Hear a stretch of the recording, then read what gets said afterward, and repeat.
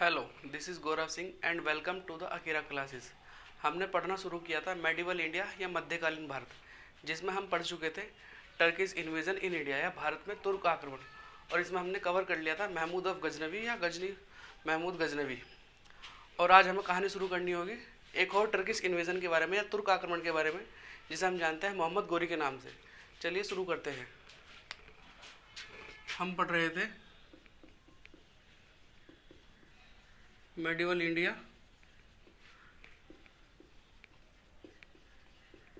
या मध्यकालीन भारत,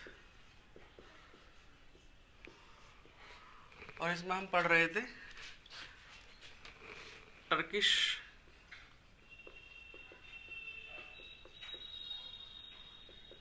इन्वेजन या तुर्क आक्रमण।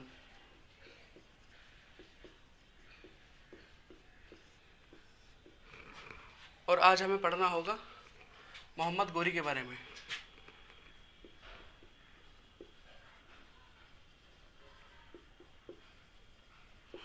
मोहम्मद गोरी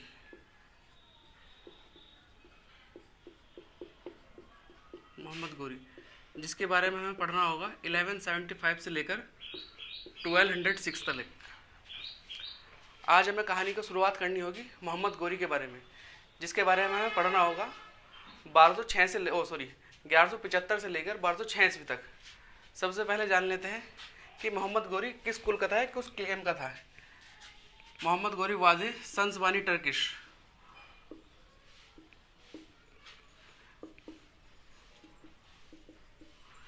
ये एक शंसबानी तुर्क था।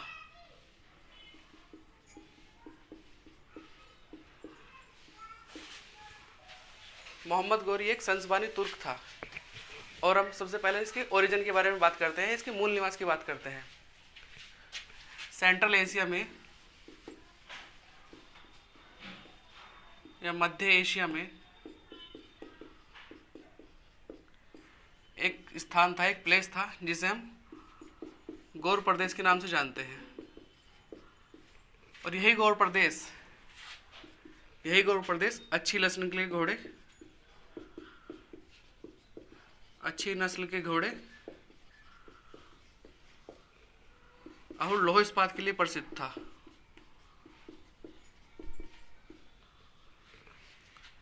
सेंट्रल एशिया या मध्य एशिया की हम बात करें तो वहीं पर गौर प्रदेश था, जो कि प्रसिद्ध था या फेमस था अच्छी नस्ल के घोड़े और लौह इस्पात के लिए।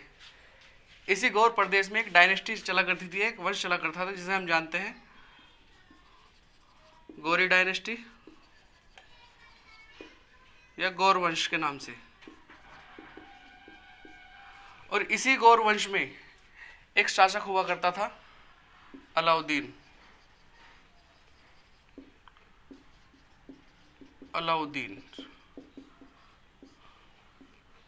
और ये जो गौरी डायनेस्टी है, गौर वंश है, यह भी अधीन हुआ करता था किसके? गजनी के। इसी के शासक अलाउद्दीन ने अपने आप को गजनी के अधीनता स्वीकार ना करते हुए खुद को स्वतंत्र शासक घोषित किया, और इसने गजनी पर भी अधिकार किया। और ऐसा बताते हैं इतिहासकार कि गजनी में महमूद गजनवी के अलावा जितने भी शासक थे, जितने भी रूलर थे, उन सभी की कब्र को खुदवाया किसने? अलाउद्दीन ने। और सबकी अस्थियां निकलवा ली और हवा में उछलवा डाली। और इसी के बाद गजनी को इसने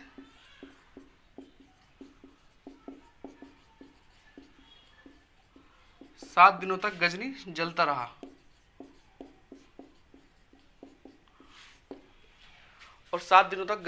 रहा।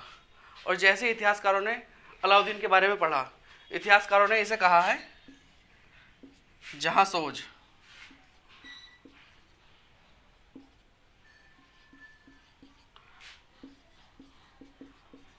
जहांसोज का मतलब होता है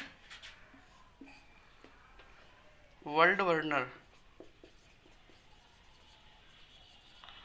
विश्व को जलाने वाला।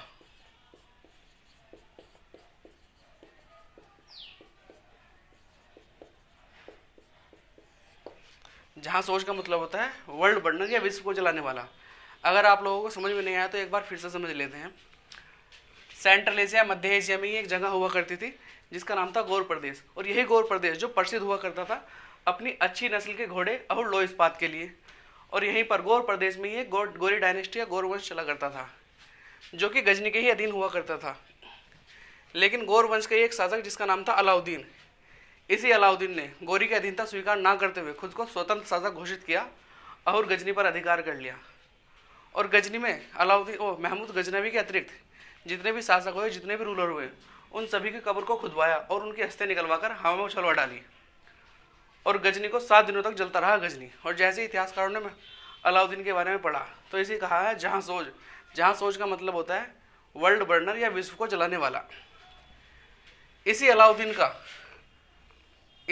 का छोटा भाई हुआ करता था मोहम्मद गोरी, जिसका वास्तविक नाम था शहाबुद्दीन मोहम्मद गोरी या मुजाहिदीन मोहम्मद गोरी। और 1163 ईस्वी में अलाउद्दीन और मोहम्मद गोरी के बीच में एक समझौता हुआ, एक करार हुआ। और 1163 ईस्वी में ही मोहम्मद गोरी को गजनी साम्राज्य मिला।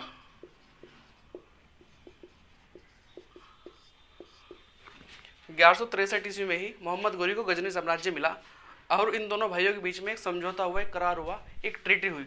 और ऐसा बताया जाता है कि मोहम्मद गोरी ने पूर्व की दिशा की ओर अपने राज्य का विस्तार करेगा और इस्लाम धर्म का प्रचार करेगा, और जो कि अलाउद्दीन पश्चिम दिशा की ओर अपने राज्य का विस्तार करेगा और इस्लाम धर्म का प्रचार करेगा।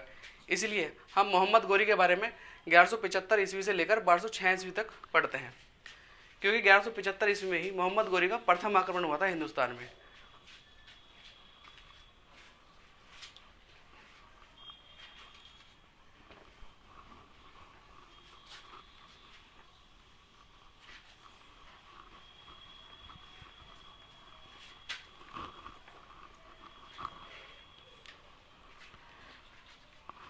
उस समय हिंदुस्तान की क्या स्थिति वो जान लेते हैं।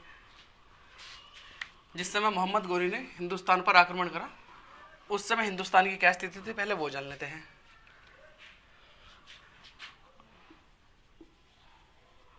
लाहौर में रूल कर रहा था खुसरो शाह या खुसरो शाह। मुल्तान में रूल कर रहे थे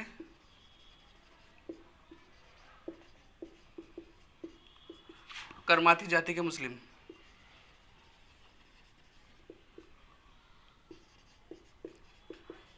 करमाती जाति के मुसलमान।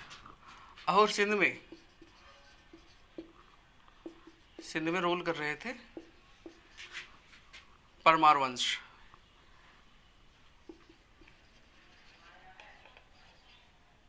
या परमार डायनेस्टी।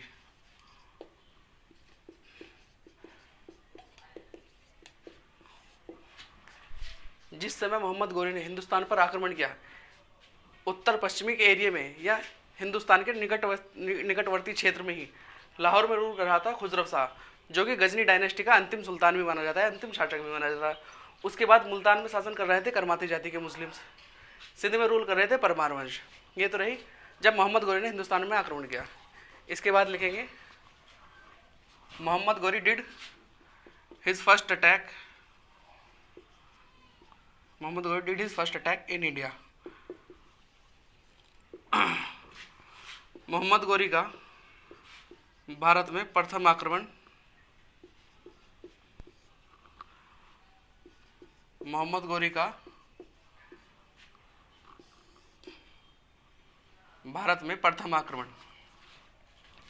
और ये हुआ कब था? इन 1175 ऑन मुल्तान, जो कि इसने 1175 ईस्वी में मुल्तान पर आक्रमण किया। और उस समय मुल्तान में शासन कर रहे थे करमाती जाति के मुस्लिम। 1175 ईस्वी में ही मोहम्मद गोरी ने मुल्तान पर आक्रमण किया और उस समय मुल्तान में शासन कर रहे थे करमाती जाति के मुस्लिम्स। हम बात कर रहे हैं 11वीं-12वीं शताब्दी के बारे में। इस समय ये इस्लाम धर्म को कबूल किया करते थे, लेकिन इनके एंसेस्टर या इनके पूर्वज ये बौद्ध धर्म हुआ करते थे या बौद्धिस्ट हुआ करते थे। इसके बाद मोहम्मद गोरी का अगला आक्रमण हुआ इन 1178, क्योंकि मोहम्मद गोरी ने भी तो सुना था महमूद गजनवी ने भी हिंदुस्तान के सोमनाथ मंदिर पर आक्रमण कर वहाँ से धन संपत्ति लूटी थी और अपार संपत्ति लूटी थी। उसी के फलस्वरूप मोहम्मद गोरी ने भी 1178 ईस्वी में किया attack on Gujarat. Attack on Gujarat या गुजरात पर आक्रमण।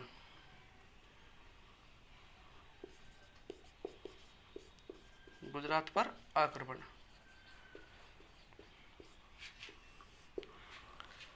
और आप लोगों से पूछा जाएगा who was the ruler of Gujarat that time.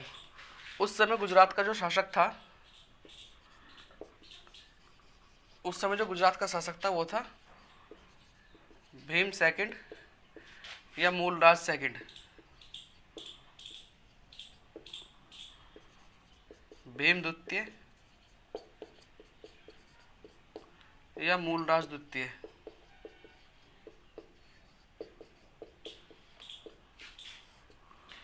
यही भीम सेकंड या मूलराज द्वितीय जो कि चालुक्य वंश का हुआ करता था।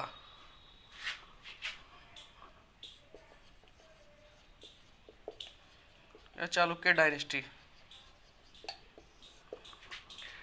इसी चालुक्य वंश का हुआ करता था भीम सेकंड या मूलराज सेकंड। लेकिन ऐसा बताया जाता है जब मोहम्मद गोरी ने अपनी सेना लेकर आया और गुजरात पर आक्रमण किया, उस पर क्रॉस अटैक कर दिया किसने? भीम सेकंड या मूलराज सेकंड ने। इसके बाद लिखेंगे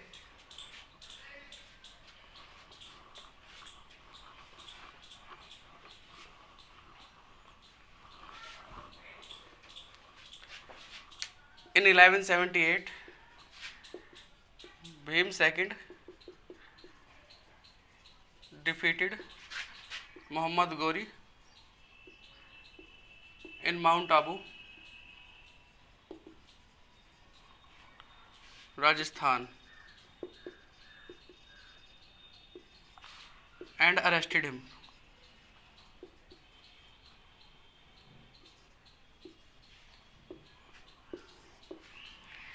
1178 ईस्वी में भीम सेकंड ने मोहम्मद गोरी पर आक्रमण कर उसे पराजित कर उसे बंदी बना लिया। Bhim second defeated Mohammad Ghori in Mount Abu, Rajasthan and arrested him. Bhim second ने मोहम्मद गोरी को पराजित कर उस पर आक्रमण कर उसे बंदी बना लिया। और ऐसा बताया जाता है कि जो भीम सेकंड था या मूलराज सेकंड था, ये अपनी माता के नेतृत्व में, इसकी माता का नाम हुआ करता था नायिका देवी।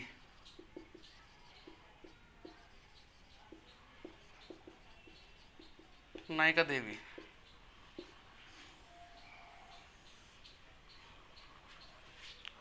अपनी माता के प्रभाव में आकर ही इसने मोहम्मद गोरी को वापस छोड़ दिया और ये भाग खड़ा हुआ वापस कहाँ पर? गजनी। और इस बात को हम इसलिए याद रखेंगे, that was first defeat of Mohammad Ghori. यह मोहम्मद गोरी की प्रथम पराजय थी हिंदुस्तान के अंदर। आपके पास क्वेश्चन में आएगा कि मोहम्मद गोरी को प्रथम बार पराजित किसने किया? ऑप्शन में मिलेगा पृथ्वीराज चौहान भी, लेकिन पृथ्वीराज चौहान ने नहीं, पराजित किया था भीम सेकंड ने, जो कि चालुक्य नरेश थे। इसके बाद मोहम्मद गोरी ने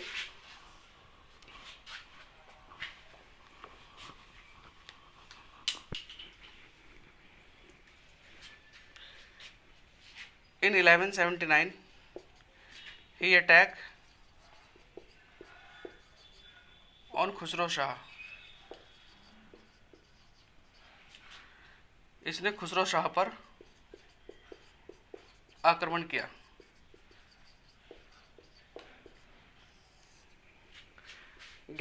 ईस्वी में मोहम्मद गोरी ने लाहौर के खुसरो शाह पर आक्रमण किया और गजनी वंश के अंतिम शासक को पराजित कर लिया।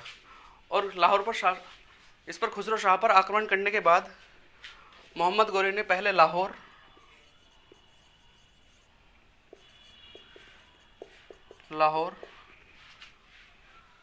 फिर सिंध और उसके बाद कश्मीर।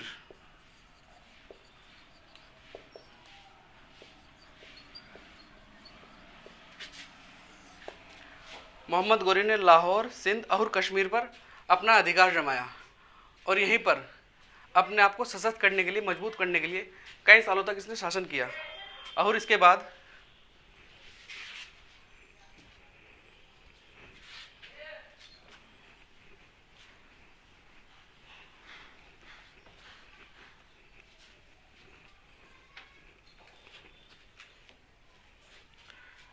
एक दशक के बाद इन 1188 ही अटैक्ड ऑन भटिंडा। इसने भटिंडा पर आक्रमण किया।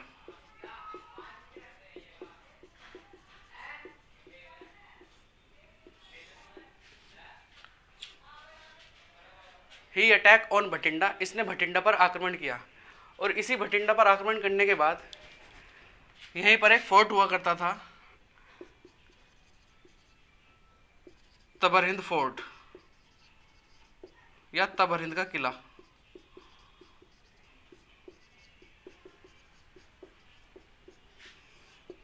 इसी तबरहिंद के किले पर अपना अधिकार दिखाया करता था कौन? पृथ्वीराज चौहान।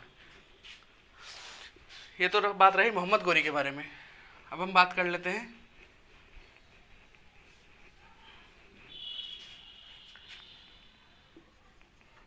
दिल्ली, अजमेर और सांभर। दिल्ली, अजमेर और सांभर में एक वंश चला करता था, एक डायनेस्टी चला करती थी जिसे हम जानते हैं चौहान डायनेस्टी या चौहान वंश के नाम से। और इसी चौहान वंश में रूल किया करता था पृथ्वीराज थर्ड।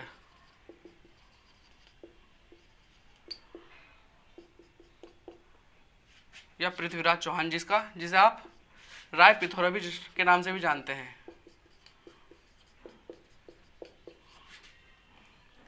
इसी पृथ्वीराज चौहान का एक कोर्ट पोएट हुआ करता था, यह एक दरबारी कवि हुआ करता था जो पृथ्वीराज चौहान का परम मित्र भी हुआ करता था, जिसका नाम था चंद्र बरदाई।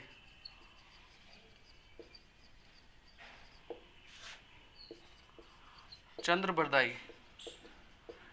इसी चंद्र बरदाई ने एक पुस्तक लिखी जिस पुस्तक का नाम था पृथ्वीराज रासो।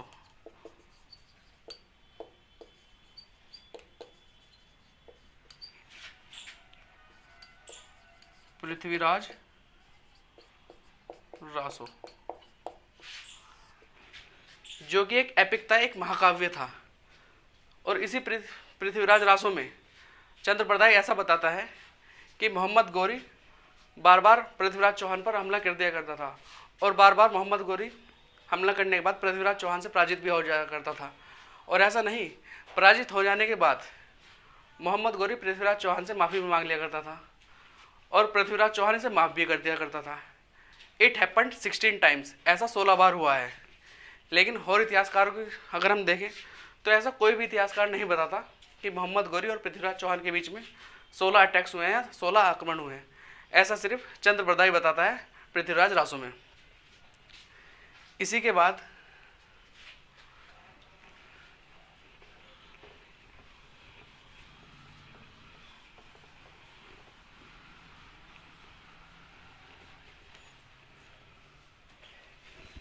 बाद लड़ा गया इन 1191 फर्स्ट बैटल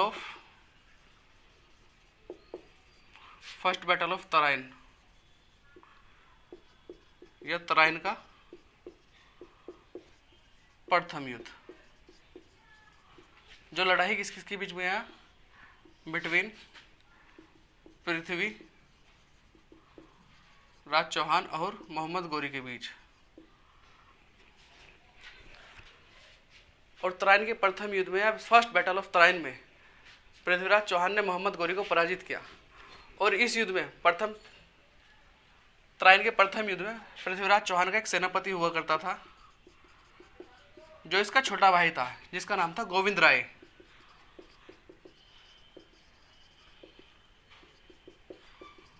गोविंद राय। इसी गोविंद राय की भाले की वजह से, भाले मार जाने की वजह से मोहम्मद गोरी घायल हुआ और वह यहाँ से भाग खड़ा हुआ वापस कहाँ पर, गजनी। और इतिहासकार ऐसा बताते हैं कि मोहम्मद पृथ्वीराज चौहान का इस गोरी से ध्यान हटकर किसी और गोरी पर चला गया।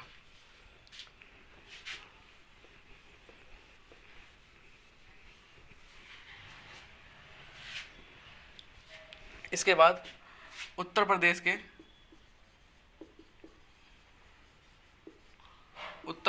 कन्नौज में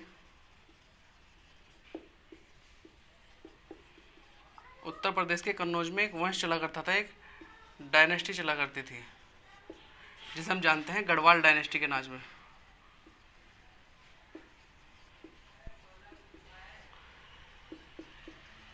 यह गढ़वाल वंश के नाम से वहीं पर शासन किया करता था। जो शासक हुआ करता था जयचंद।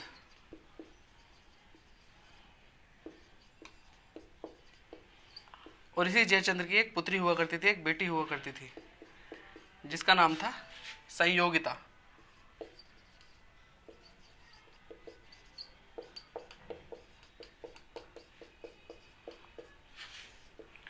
और पृथ्वीराज चौहान और संयोगिता के बीच में प्रेम प्रसंग चल गया, लेकिन इसे बिल्कुल भी नापसंद करता था कौन, जयचंद।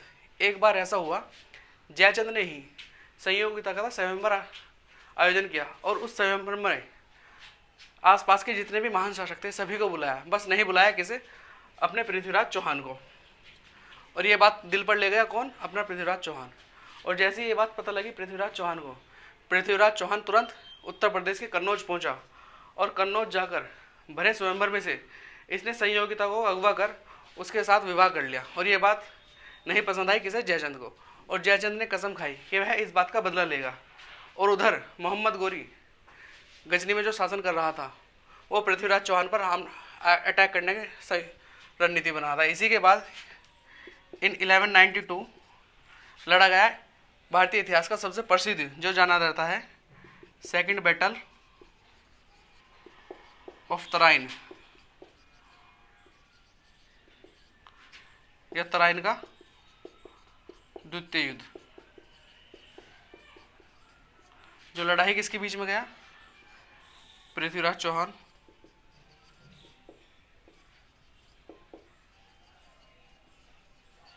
और मोहम्मद गोरी के बीच। लेकिन इस बार इस युद्ध में, तराइन के द्वितीय युद्ध में, पृथ्वीराज चौहान ने मोहम्मद गोरी को नहीं, बल्कि मोहम्मद गोरी ने पृथ्वीराज चौहान को पराजित कर दिया। और कुछ इतिहासकार ऐसा बताते हैं कि मोहम्मद गोरी पृथ्वीराज चौहान को अपने साथ वापस गजनी ले गया और उसी गजनी में पृथ्वीराज चौहान ने शब्द विधि बाण चलाकर मोहम्मद गोरी की हत्या कर दी। लेकिन कुछ इतिहासकार ऐसा भी बताते हैं कि पृथ्वीराज चौहान ने मोहम्मद गोरी की अधीनता स्वीकार कर ली और कुछ दिनों तक अजमेर में भी शासन किया। लेकिन कुछ इतिहासकार ऐसा भी कहते हैं कि मोहम्मद गोरी ने पृथ्वीराज चौहान की वहीं पर हत्या कर दी। मोहम्मद गोरी का ही एक बड़ा बेटा हुआ करता था जिसका नाम था गोविंदराज। उसी गोविंदराज ने मोहम्मद गोरी की अधीनता स्वीकार करी और अजमेर में कुछ दिन तक शासन किया। लेकिन बहरहाल यह है कि सेकंड बैटल ऑफ तराइन में मोहम्मद गोरी ने पृथ्वीराज चौहान को पराजित किया। और इसी के बाद इन 1192 मोहम्मद गोरी फाउंडेड मुस्लिम शासन या मुस्लिम रूल इन इंडिया। और 1192 ईस्वी में मोहम्मद गोरी ने ही मुस्लिम शासन की स्थापना करी। 1192 ईस्वी में ही मोहम्मद गोरी ने मुस्लिम शासन की स्थापना करी। और इसी के बाद या इसी के अगले साल इन 1193 मोहम्मद गोरी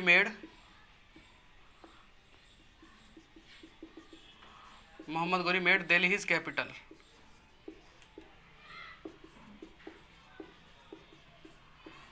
मोहम्मद गोरी ने 1193 ईस्वी में दिल्ली को अपनी राजधानी बनाया। इसके बाद इसी के अगले साल इन 1194 लड़ा गया बैटल ऑफ चंदावर।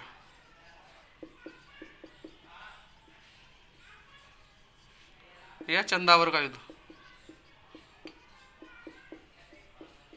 जो लड़ाई किन किन के बीच में गया, मोहम्मद गोरी और जयचंद। जयचंद कोई मोहम्मद गोरी का रिश्तेदार तो था नहीं, इसीलिए इन 1194 या 1194 ईस्वी में लड़ा गया बैटल ऑफ चंदावर या चंदावर का युद्ध। और इस युद्ध में मोहम्मद गोरी डिफीटेड जयचंद, और चंदावर के युद्ध में मोहम्मद गोरी ने जयचंद को पराजित किया।